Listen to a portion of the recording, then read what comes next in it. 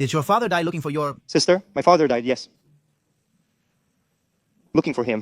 In 1991, he was hit by a truck at Galvan and Congreso, right on Congreso Street. Right there, where Diego was. At Maseca? Yes.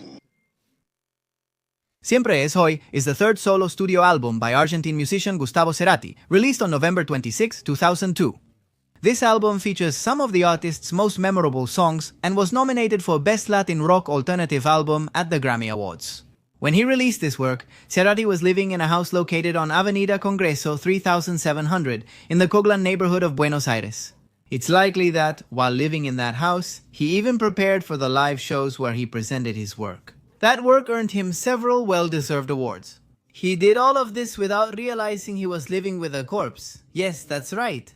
By 2003, the former leader of Soda Stereo had moved to a new home. After he left, the property continued as usual. Others lived there, it was sold, and later left empty.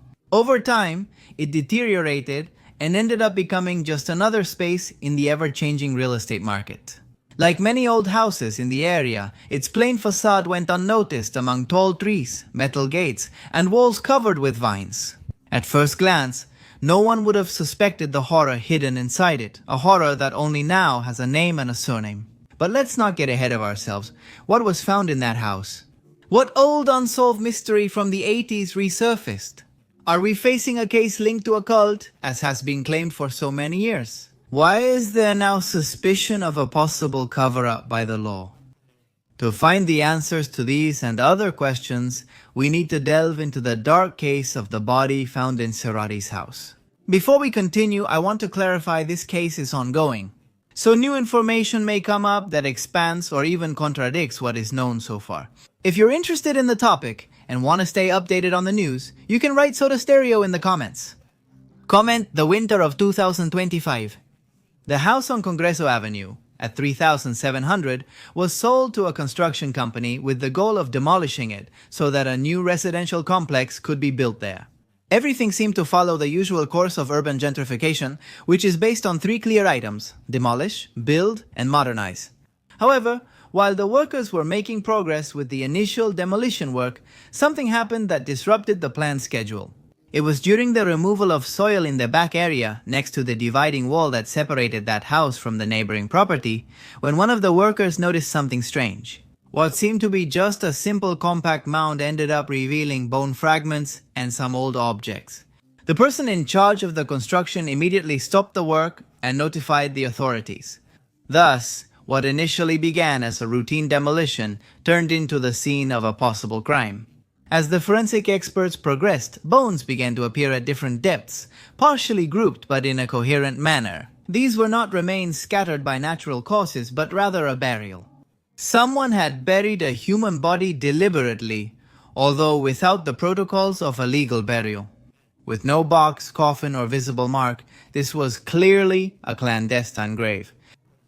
The city registrar remained discreet in the first days. The authorities were trying to move forward without external interference. However, the site's link to the Argentine musician quickly made the event viral on social media, which exaggerated and gave it mystical overtones. Many people made an effort to find connections between the discovery and Cerati's songs, as if trying to prove that he might have been aware of that secret. Once the initial viral excitement faded, things calmed and we could proceed more seriously. What had appeared was the tip of the thread to reconnect with a dark case that had been buried for 40 years. After weeks of effort, about 150 were found. Bone fragments, which made it possible to approximately reconstruct the anatomy of a body. These first clues offered a single but vital certainty: the remains were not recent. It was not a recently covered-up death, nor a contemporary case.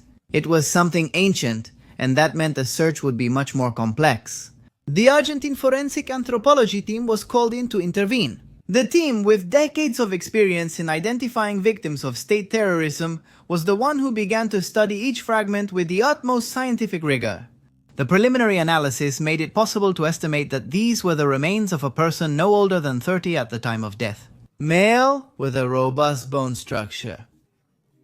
They also determined that the body had received a fatal stab wound to the right fourth rib. and they detected marks on the arms and legs that showed a failed attempt at dismemberment with some kind of saw. As time went by, more details were leaked, such as the fact that some highly significant objects had appeared alongside the bones. For example, there was an orange plastic keychain with a single metal key attached. They also found a worn-out bow tie already frayed with stains impossible to trace, and a 5 yen Japanese coin. The most striking object was undoubtedly a Casio calculator watch, a popular 1980s model. Those watches were almost a symbol of the era, a symbol of modernity and small luxuries accessible to students or teenagers with technological inclinations. This watch would end up being vital.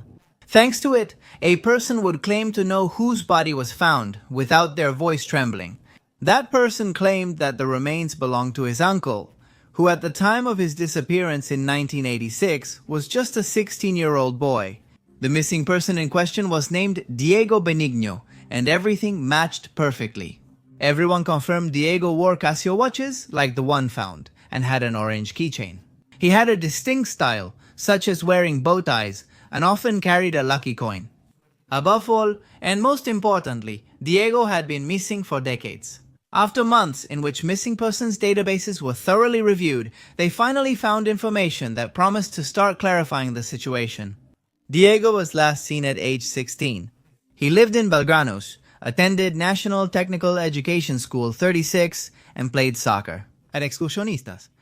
He trained nearly every day with discipline envied by other kids his age. While most teenagers preferred to spend their time on more playful hobbies, Diego worked hard to stand out and prepare himself for a future that seemed uncertain but exciting.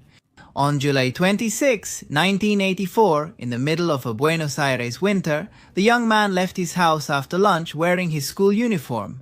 He told his mother he was going to a friend's house but never returned. He was last seen that afternoon on the corner and Monroe.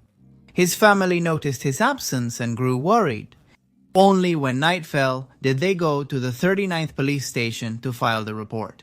They arrived desperate, but were met with unusual coldness from across the counter. The police minimized the case, saying Diego likely left with a girl or would return on his own. The phrase was repeated, cruel and heartless, with only slight variations that still showed indifference. He'll be back soon. That was what those devastated parents heard most as they carried on, determined not to give up with support from their other 2 children. They made missing person posters, flyers asking for justice, and even started some private investigations, doing the work that law enforcement didn't seem interested in doing. Only 2 years later, and after a lot of persistence, they managed to get a media outlet to give them some coverage and agree to talk about the incident. An incident that by then seemed to no longer attract anyone's attention. It had only been a few years since Argentina had regained democracy. Until recently, being a disappeared person was not an anomaly, and many acted as if things were still going the same way. Diego's father expressed his outrage, stating, "The police say they have 3,000 similar cases. And look, how absurd. From the very beginning they labeled it as a runaway. I protested, and you know what they told me? The forms were already printed. I refused to accept it, but it was in vain. Why ask them to investigate if they already assume he left instead of being taken?" Along with that, Diego's father also shared his theory, to anyone who would listen. His son, according to him, had been kidnapped by a cult that might have ties to those in power, which would explain their lack of action. Did this make sense? The man couldn't clear up his doubt. Sometime later, he died in a car accident, with a broken heart and the hope still intact that the truth would come out. Events unique to 2025. That's how our story returns to the beginning. After Diego's nephew raised his doubts, the court authorized a DNA test. Samples were taken from the mother, who agreed immediately. The analysis was conclusive. The remains belonged to her son, the young man who left one afternoon, unaware he would never return. The complicated one, the unexpected way, an open wound. Now, finally, she has the chance to find some comfort. Now, with the body identified and the context of the case on the table, it's possible to begin investigating the angles of this terrible web. How did Diego end up murdered? What was he doing on that property? Why was his father so convinced about the presence of a cult? Will we finally find out that he was right? Can a killer be found so long after the fact? Though the crime appears to be statute barred, prosecutor El Lopez Perando will keep investigating to reconstruct events. Soon, the testimony of those who lived in the Casa de Congreso will be revealed. 3,742 in 1984. According to the records, it is an elderly woman and her 2 children. Will these interviews give accurate information? What other chilling details will emerge? During all those years, Diego's family kept the missing young man's room intact. Today, they can painfully accept that the boy truly won't return. They also know that this is not the time to give up. Now more than ever, it's necessary to get to the bottom of the matter. The public outcry supports the victim and their loved ones. Only one slogan hangs in the air: no one wants another crime to go unsolved.